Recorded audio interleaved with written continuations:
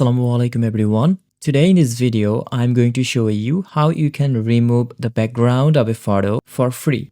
If it helps, please consider subscribing to this channel. So either you are using a phone or PC, that doesn't matter. Normally open a browser. So as I am using a Mac, so I'm gonna open a browser from here. Normally I'm choosing Chrome browser. And then you have to type on the address bar background remover and open the first page. And here you will get a website that is totally free, and the name of the website is remove.bg. Normally click on it, and after then click on this upload image button, and now select the image, and now press on enter button. And here you can see that the background of the photo has been changed for free.